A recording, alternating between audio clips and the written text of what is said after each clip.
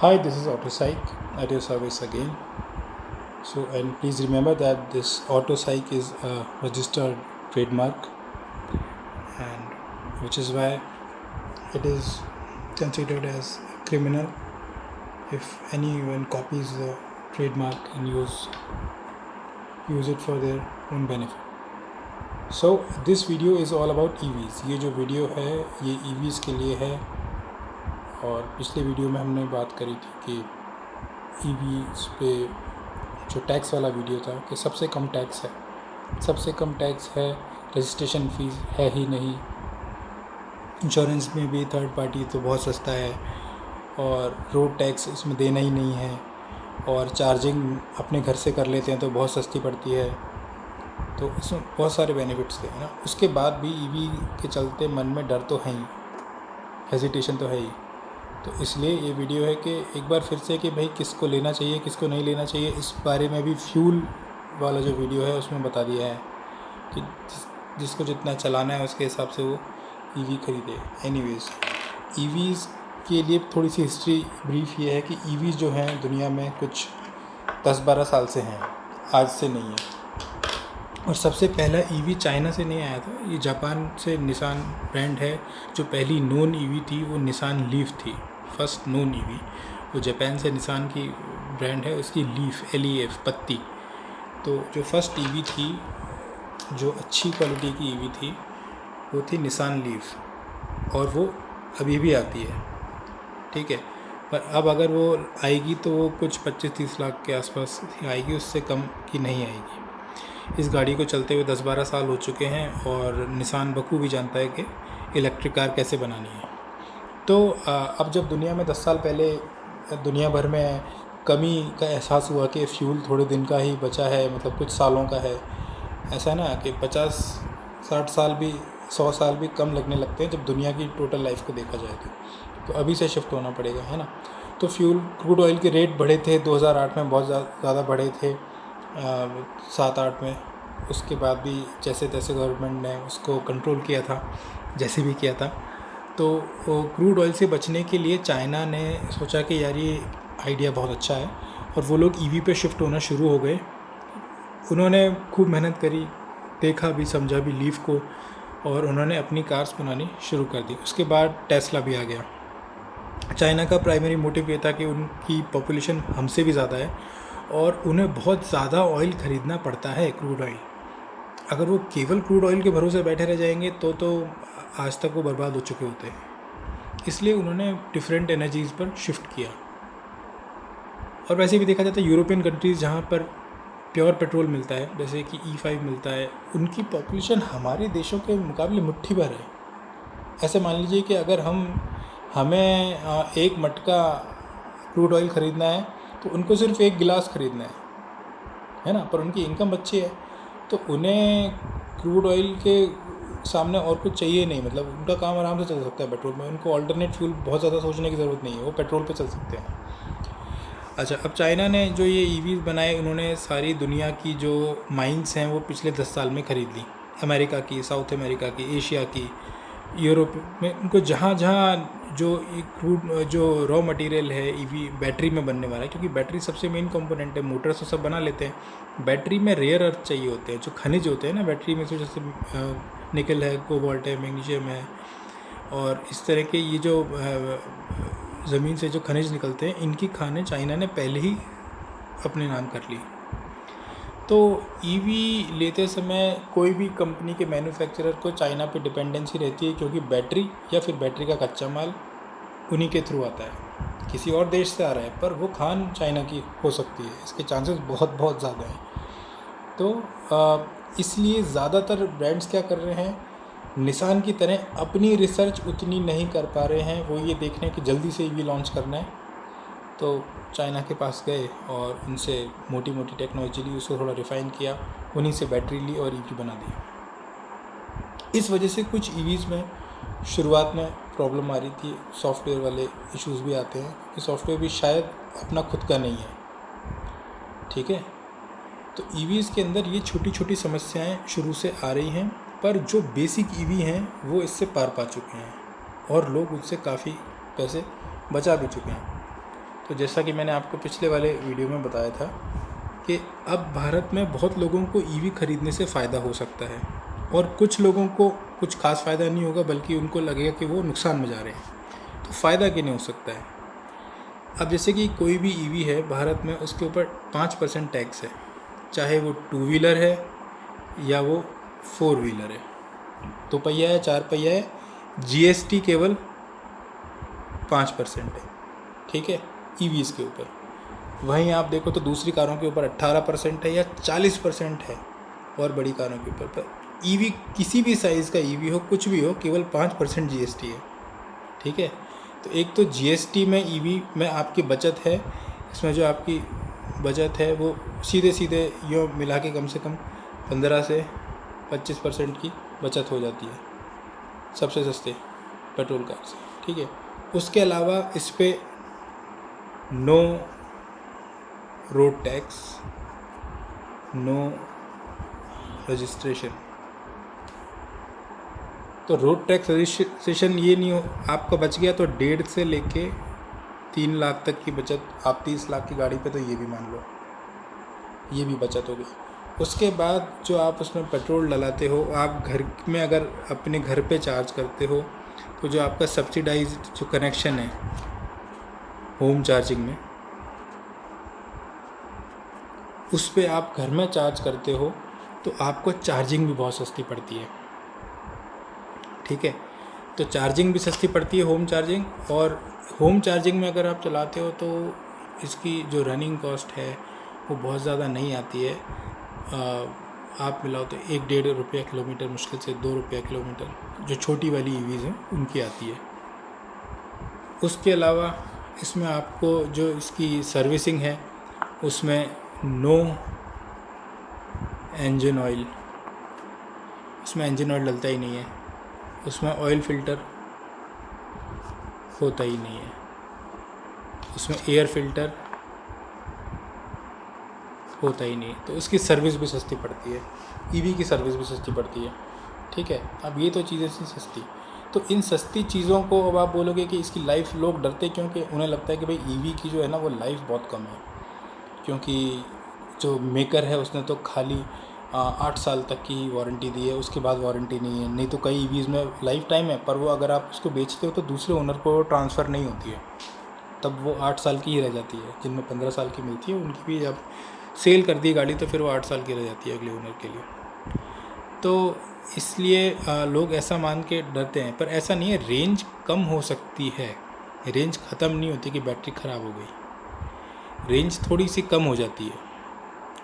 तो जिनको 7-8 साल इतना लंबा नहीं सोचना है, कहने का मतलब ये है कि जिनको महीने का मान लीजिए 5,000 किलोमीटर चला दिया,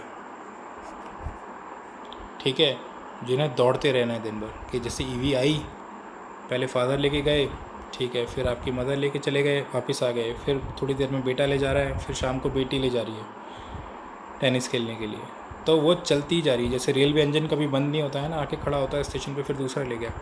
ऐसे अगर काम में लेनी है, सिटी में घुमा के लेने के लिए छोटी गाड़ी लेनी है, तो आपके पैसे बचेंगे ही बचेंगे। क्योंकि आप कोई भी कार लोगे वो 5-5.5 लाख की आएगी। आप उसी कार का मान लीजिए एग्जांपल ले लेते हैं, सबसे छोटी सा एग्जांपल लेते हैं, उससे मान लीजिए टाटा की टियागो आती है, वो 5.5 लाख में ऑन रोड आ जाती है। उसी की ईवी 8.5 लाख में ऑन रोड आ जाती है, 8.5 से 9 लाख रुपए में, जो शॉर्ट रेंज वाली है। तो उसमें आपने एक बार में 4 लाख रुपए ज़्यादा खर्च किए। अब उनको वसूलना है, इसलिए महीने में 5-6 हज़ार किलोमीटर, या कम से कम आप ये मान लो कि 3,500-4 हज़ार किलोमीटर चलाने की बात कर रहे हैं। वही जो आपने एक्स्ट्रा दिया है, क्योंकि उसका आपका ब्याज मारा जा रहा है, हर 1 लाख रुपए पे आपका 15% का ब्याज मारा जा रहा है, ठीक है। तो वो वसूल तभी होंगे जब एक ईवी हो और उसको पूरा घर चलाए और चलाते ही रहे पूरे दिन, तब आप उसको वसूल कर सकते हो, ठीक है। या फिर कोई जैसे कैब टैक्सी सर्विस है उस तरह की, वो लोग आराम से उसको वसूल कर सकते हैं डेली कम्यूट में जो काम में लेना है। क्योंकि छोटी डिस्टेंस के लिए जब आप पेट्रोल कार या डीजल कार को चलाते हो, वो पूरी तरह से हीट भी नहीं हो पाती है, एम्बिएंट टेम्परेचर पर नहीं पहुंच पाती है। सुबह बच्चों को स्कूल छोड़ने जाना है, बच्चे बैठे, जब तक गाड़ी गर्म होने का सोच पाती तब तक स्कूल आ गया, फिर वापस घर आ गया। तो वो कार पूरी तरह इंजन हीट नहीं हो पाता है और पहले ही स्विच ऑफ हो जाता है, तो वो इंजन्स के लिए अच्छा नहीं होता है। छोटे छोटे जो कम्यूट होते हैं ना, कि ब्रेड लेने चले गए, छोटी छोटी चीज़ें कि यार पूजा के लिए माला लेने जा रहे हैं, उसमें ये ईवी बड़े अच्छे रहते हैं, ये ख़राब नहीं होते हैं। ठीक है, तो ऐसे लोग ईवी खरीद सकते हैं, क्योंकि ये अलग अलग तरह की इतनी सारी बचत हैं। ये जो पहली वाली है, जैसे जीएसटी बहुत कम है, रजिस्ट्रेशन रोड टैक्स नहीं है, ये अभी जो ख़रीद लेंगे शुरुआत में उनको मिलेगा। आने वाले टाइम में जब ये पॉपुलर हो जाएंगी तो फिर ये फ़ायदे नहीं मिलेंगे। ये बचत अभी ही करी जा सकती है, ऐसा मुझे लगता है। और अभी ये जो होम चार्जिंग है, इसके ऊपर कोई एक्स्ट्रा चार्ज नहीं है बहुत सारे स्टेट्स में, पर कुछ स्टेट में ये आपको पता करना पड़ेगा। जैसे शायद गुजरात में जो रेट है बिजली की, जिस एड्रेस के ऊपर ईवी रजिस्टर हो गई है, वहाँ पर बिजली की रेट थोड़ी सी बढ़ा दी जाती है। इस बात का ध्यान रखिएगा, जो रेट है वो ज़्यादा है बिल की। तो ईवी खरीदने का सबसे अच्छा तरीका है कि आप एंट्री लेवल ईवी लीजिए। ईवी में 2-3 तरह की बैटरी आती हैं, 2 ही तरह की आती हैं बेसिकली। अभी तीसरी तरह की अभी बनाई जा रही है। पहली थी सबसे पुरानी एनएमसी बैटरी, निकल मैग्नीशियम कोबाल्ट बैटरी। उसकी ख़ास बात ये थी कि वो उसमें पावर बहुत ज़्यादा होती थी, एकदम से हॉर्स पावर रिलीज़ करती थी और ज़बरदस्त परफॉर्मेंस। ठीक है, लेकिन उसकी चार्जिंग साइकिल कम होती थी। तो ये मान लीजिए कि 12-14 साल बाद, 12-14 साल बाद, हाँ यही बोला है मैंने, 12-14 साल बाद उसकी जो रेंज है वो घटने लगती थी। ठीक है, मतलब आपने 2-3 लाख किलोमीटर चला ली तब जाके ये फ़र्क पड़ता था, कई हज़ार साइकिल झेलने के, चार्जिंग साइकिल झेलने के बाद में। पर उसमें ये था, पैडल रखते ही वो सारी पावर डिलीवर कर देती थी। एनएमसी बैटरी अभी भी आती है। तो अब ये बैटरीज जो हैं, लोगों के मन में भय बैठ गया कि भाई ये तो ज़्यादा दिन चलेंगी नहीं, या ऐसा है या कुछ है पता नहीं।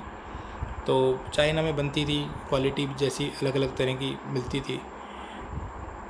तो उससे पार पाने के लिए अब इन एनएमसी बैटरीज़ को हाई परफॉर्मेंस कार के लिए रिज़र्व कर दिया है ऑटोमेकर्स ने। जैसे कि आपको अच्छी एनएमसी बैटरी सबसे पहले हुंडई आयोनिक में मिलेगी। ये 55 लाख 50 लाख की गाड़ी है, प्योर ईवी है मतलब। तो हुंडई आयोनिक आती है, इसमें जाके आपको एनएमसी बैटरी मिलेगी। उससे नीचे की जितनी भी कारें हैं 25-30 लाख वाली, चाहे वो BYD ऑटो हो, चाहे वो महिंद्रा और टाटा हो, उन सब के अंदर LFP बैटरी आती है। जी हाँ, lithium ferrous phosphate LFP battery. तो ये जो LFP बैटरी हैं, ये आपकी एंजाइटी दूर करने के लिए बोल रहा हूँ मैं कि आप जो गाड़ी ऑप्ट करोगे 8 लाख वाली, 10 लाख वाली, 12, 15, 20, 25, 30 लाख वाली, उसमें जो बैटरी आ रही है वो LFP बैटरी आ रही है। और ये जो LFP बैटरी है, इसकी लाइफ ज़्यादा है, ये ज़्यादा बार चार्जिंग साइकिल झेल सकती है, और इसीलिए इसकी रेंज भी अच्छी होती है। इसकी रेंज भी बहुत सालों तक, 15 साल तक कम नहीं होती है, अगर अच्छे से बनाई हुई बैटरी पैक है तो इसकी रेंज भी कम नहीं होती है। दूसरा, इसमें ये सेफ़ भी ज़्यादा होती है, क्योंकि इसमें आग लगने का खतरा कम होता है। इसका केमिकल कॉम्पोजिशन ऐसा है कि इसमें आग लगने का खतरा थ्योरेटिकली कम है। हालांकि कौन सी एनएमसी बैटरी में ही हमेशा आग लगती है, और लगने को किसी में भी लग जाती है, पर इसमें कम माना जाता है, इसकी लाइफ अच्छी मानी जाती है। ऐसी जो बैटरी, जो कारें हैं LFP वाली चाइना में, वो 3-3, 4-4 लाख किलोमीटर चल जाती हैं, सेम शुरुआत वाली फर्स्ट बैटरी पर। तो आप बैटरी वाली इलेक्ट्रिक कार ख़रीदते हैं तो सजेशन ये है कि भाई आप सबसे छोटी वाली कार ख़रीदें, है ना, ज़्यादा लंबी चौड़ी नहीं ख़रीदें। एक तो आप को ज़्यादा चलानी हो तब ख़रीदें, उसमें भी आपको छोटी ख़रीदनी है। अब ये छोटी क्यों ख़रीदनी है ना, छोटी में आपको हमेशा LFP ही मिलेंगी, ताकि लोगों में चिंता नहीं रहे, इसलिए ऐसा करा है। छोटी क्यों ख़रीदनी है, उसके एक कारण है। देखिए, जो EVs हैं, इनकी रीसेल वैल्यू कम होती है ना। अभी तक हमने इनकी बात करी थी, ईवी की जो रीसेल वैल्यू है वो कम है। इनकी रीसेल वैल्यू कम क्यों है? क्योंकि इनके प्रति भय, इनकी रीसेल वैल्यू इसलिए भी कम है। दूसरी चार्जिंग वाली जो एंजाइटी है, इसकी वजह से भी इनकी और दूसरा ये है कि बैटरी वाली गाड़ी को लोग डेलिकेट मानते हैं, है ना, कि कहीं नीचे से ये टकरा नहीं जाए, अड़ ना जाए। और बहुत हद तक बात भी सही है, बहुत हद तक बात भी सही है। गाड़ी जो है, इसमें जो ईवीज़ होती हैं उनमें बैटरी जो है वो यहाँ नीचे की तरफ होती है, ठीक है। नीचे की तरफ बैटरी लगी होने की वजह से जब वो किसी चीज़ को क्रॉस करती हैं, अगर वो कितना भी चाहे बॉर्न इलेक्ट्रिक ईवी है, वो ईवी प्लेटफॉर्म पे बनाया है, तो यही गाड़ी जब आप पेट्रोल में ख़रीदोगे तो स्पीड ब्रेकर को आराम से पार कर जाएगी। पर यही गाड़ी आप जब ईवी में ख़रीदोगे तो ऐसा हो सकता है कि उस भारी भरकम जो सबसे बड़ा स्पीड ब्रेकर था, अजीब व गरीब गलत बनाया हुआ स्पीड ब्रेकर आपके शहर में, उसमें से अगर आपने इसको ज़ोर से निकाला तो ये बीच में से अड़ जाती है। तो ये बैटरी जो है, जैसे ये इसमें नीचे की तरफ आपको दिख रहा होगा एक पार्ट निकला हुआ, इसी तरह से बैटरी नीचे की तरफ हैंग कर रही होती है कारों में, ऊपर से चिपकी हुई दिखती है हमेशा। इसलिए ये जगह जगह अड़ती है और कई लोग गलती से इसको स्क्रैच कर लेते हैं, तोड़ लेते हैं, तो उनकी गाड़ियों में आग लग जाती है। हालांकि अब भारत के ब्रांड ये समझते हैं कि हमारी सड़कें इतनी अच्छी नहीं हैं, वो इसके नीचे पूरा इसको कवर करके इस पर प्रोटेक्टिव जो है लोहे की शील्ड लगा के देते हैं, अच्छी मेटल बहुत मजबूत शील्ड लगा के देते हैं, ताकि अगर कितनी बार भी अड़े बैटरी कटे फटे नहीं, क्योंकि लिक्विड बैटरी है। चाहे LFP हैं, चाहे NMC हैं, ये सब लिथियम आयन है। जैसी आपकी मोबाइल फ़ोन में बैटरी है, लैपटॉप में, वैसे ही हैं ये लिथियम आयन। तो ये लिक्विड बैटरी हैं। अगर इनको अगर बीच में से चाकू से जैसे काट दिया जाए, इनमें कट लग जाए, तो इनमें आग लगने की एक फ्यूजन रिएक्शन शुरू होती है और पूरी बैटरी जल जाती है, ठीक है। अब इसीलिए और दूसरा मन में डर ये रहता है लोगों की, अगर पानी में से डूब के कार निकलेगी तो बैटरी ख़राब हो जाएगी। तो हमेशा ऐसा नहीं होता, पर जब वो बैटरी बहुत ज़्यादा कार जब वो ऊबड़ खाबड़ सड़कों में चलती है और इस बैटरी की जो सील ख़राब हो जाती हैं, जो है अंदर बैटरी के दोनों तरफ से कवर लगा होता है और उसके बीच में जो सील रबर जो सील लगाई जाती है, अगर वो ख़राब हो गई है या कार बहुत ज़्यादा ऊबड़ खाबड़ रास्तों में चली है, तो जब कोई मोनोकॉक ऐसे जब चरमराती है तो उसमें वो सील जब ढीली हो जाती है ना, तो जब ट्विस्ट बहुत ज़्यादा होता है फ्रेम, तो वो सील ख़राब हो सकती हैं। और वैसे इनकी जो इलेक्ट्रिक मोटर हैं वो वाटरप्रूफ होती हैं, पर एक हद से ज़्यादा आप पानी में डुबोगे तो वो भी ख़राब हो सकती है। तो इसलिए इनके पानी में जो डूबने वाला वो प्रॉब्लम है वाटर फोर्डिंग, उससे भी लोगों के मन में घबराहट रहती है। तो ईवी ख़रीदने से पहले ये भी ध्यान रखना है कि भाई ज़्यादा पानी वाला आपका शहर तो नहीं है ना, कि वहाँ पे वाटर फोर्डिंग नहीं कर सकते ईवी में। एक तो इसकी ये प्रॉब्लम, दूसरी चीज़ स्पीड ब्रेकर, तो इसका रैम्प ब्रेक ओवर एंगल कम होता है, सारे ईवीज़ बीच में से झूल रहे होते हैं। तो ज़्यादा ऊंचा जो स्पीड ब्रेकर है तो वो इलीगल नहीं होना चाहिए। इलीगल हाइट वाला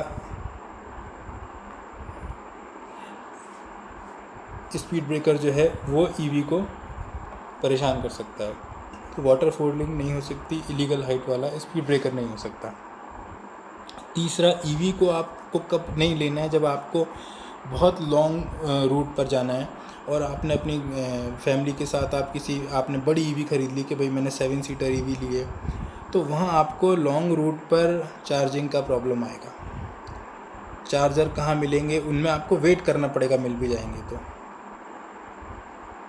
तो जो लॉन्ग रूट जर्नी है वहाँ पे इसमें चार्जर का प्रॉब्लम आता है और ये एंजाइटी भी लोगों को होती है, फिर वहाँ टाइम भी बहुत वेस्ट होता है रुकने में। चौथी चीज़, इसके मैकेनिक, अगर आप खुदा ना खास्ता रास्ते में कोई भगवान ना करे गाड़ी ख़राब हो जाती है तो इसके मैकेनिक नहीं मिलते। ये बिल्कुल वैसा ही जैसे फ़ोन या लैपटॉप है, इसको कोई मैकेनिक ठीक नहीं कर सकता, ये सीधा सर्विस सेंटर जाती है।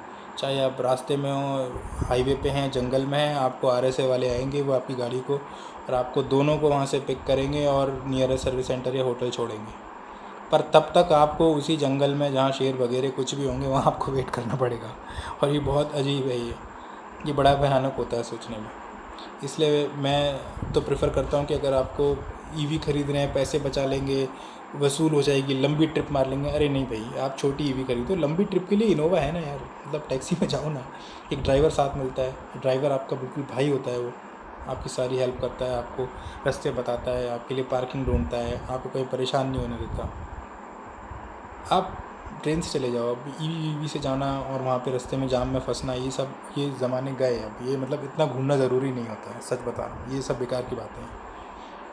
ईवी लीजिए, छोटी से छोटी लीजिए, 10 लाख वाली लीजिए। छोटी ईवी खरीदना सबसे अच्छी बात है। छोटी ईवी लीजिए, 10 से 15 लाख में जो आ जाती हो, वो आपके लिए बेस्ट रहेगा।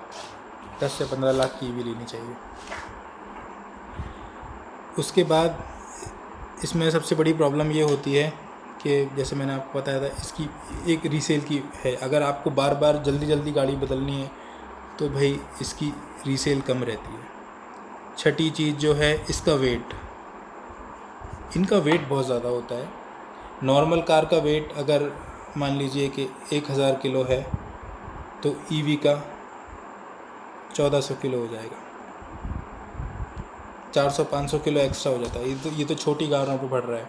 और बड़ी कारों पे जो आप देखोगे तो जो गाड़ी वैसे 1200 किलो की थी, वो जब वो ईवी बनती है तो 1800 किलो तक पहुंच जाती है। तो 500 किलो का एक्स्ट्रा वेट आपको लेके चलना होता है। जब आप बड़ी गाड़ी ख़रीदते हो तो असल में उस बड़ी गाड़ी के ज़्यादा हॉर्स पावर अपने खुद के वेट को खींचने में बर्बाद हो रहे होते हैं।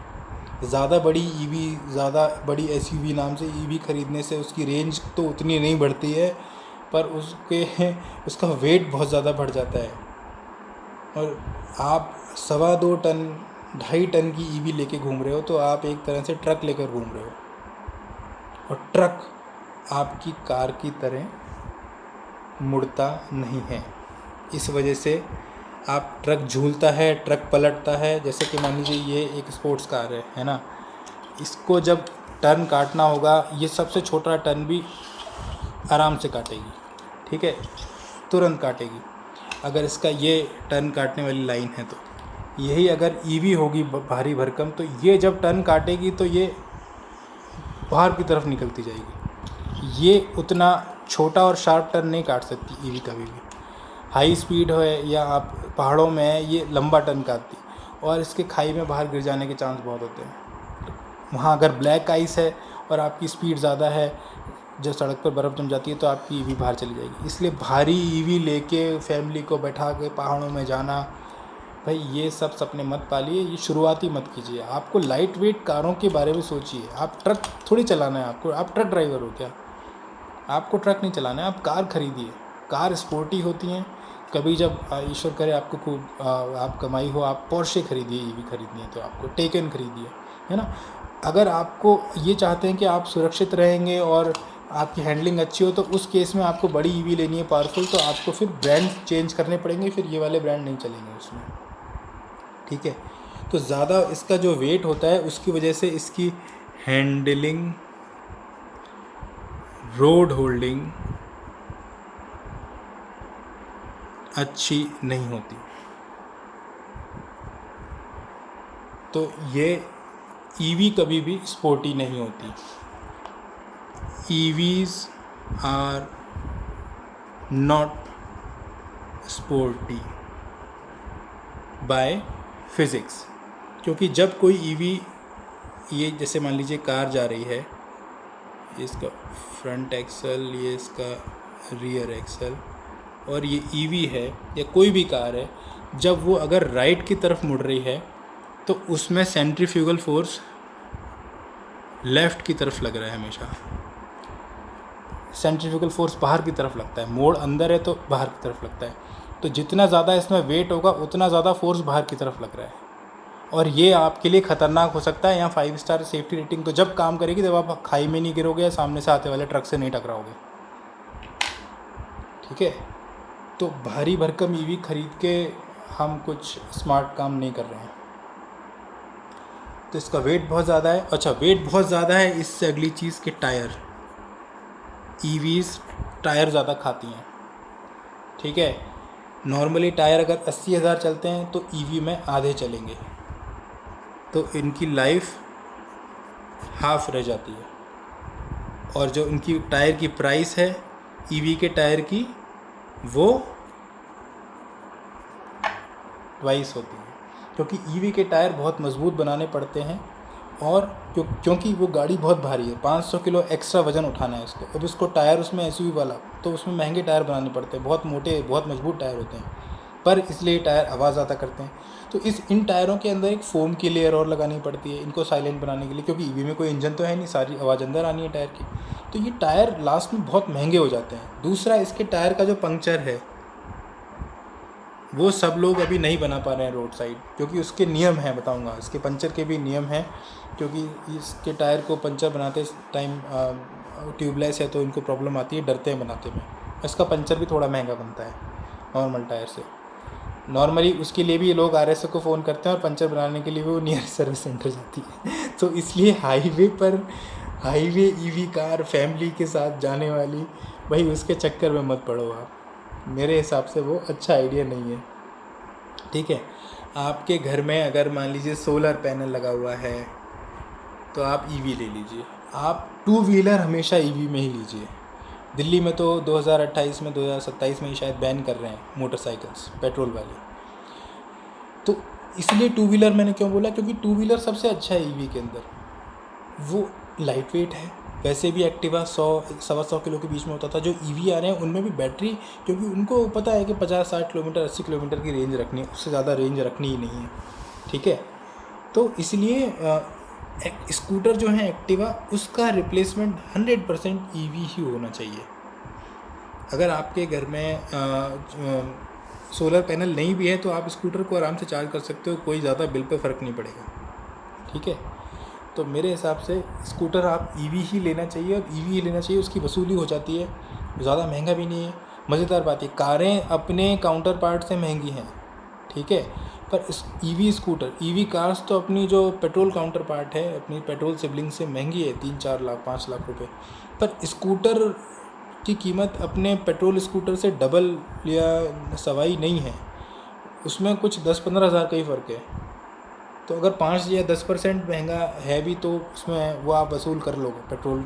जैसे E20 से सब लोग डरे हुए हैं, आपको लग रहा है कि E20 में भी मिलावट हो गई, अब पेट्रोल E20 का E30 ना कर दें, है ना। उन लोगों को ईवी खरीद लेनी चाहिए जिनको लग रहा है कि भाई अभी जो LPG CNG आ रही है, CNG गैस में भी मिलावट आने लग जाएगी।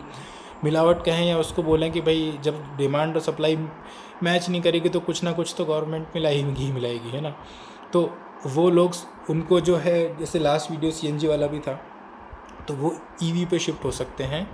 और बेस्ट ईवी अभी लाइट वेट फॉर्म में सबसे अच्छे हैं, क्योंकि अभी एक तरह की और बैटरी आने वाली है, जब शायद आपके मेन स्ट्रीम बन जाएंगे, फिर आप फैमिली के साथ अपनी 7 सीटर ईवी में घूमने जा सकते हो, और वो पलटेगी भी नहीं, क्योंकि उसका वेट उतना नहीं होगा, क्योंकि उसकी बैटरी अलग तरह की होगी, क्योंकि उसमें लिक्विड बैटरी नहीं होगी, उसमें सॉलिड स्टेट बैटरी होगी। उसके पेटेंट टोयोटा ने ले लिए हैं, BYD ने ले लिए हैं, और भी निसान और मित्सुबिशी भी उसके पेटेंट करवा रही हैं।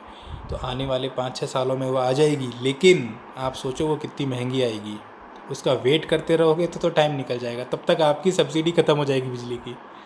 तो जब तक वो आएगी तब तक आप छोटी ईवी से काम चलाइए, जो सबसे छोटी मिलती हो। अब MG की आती है, कॉमेट आती है, टाटा की टियागो आती है, टाटा की पंच आती है ना। वैसे मज़ेदार बात ये है, जैसे मैंने पिछले वीडियोस में बताया था, पीछे वाले वीडियो देख लिया कीजिए, उनमें सारी बात क्लियर हो जाती है कि ईवी के अंदर लेंथ का कोई चक्कर नहीं है, वही GST है। ईवी के अंदर बैटरी से थोड़ा सा फ़र्क पड़ता है, जो उसकी रेट्स हैं इंश्योरेंस की, उनके ऊपर कितने किलोवाट की, पर जिन ईवीज़ की हम बात कर रहे हैं वो सब उस रेंज में आ जाती हैं।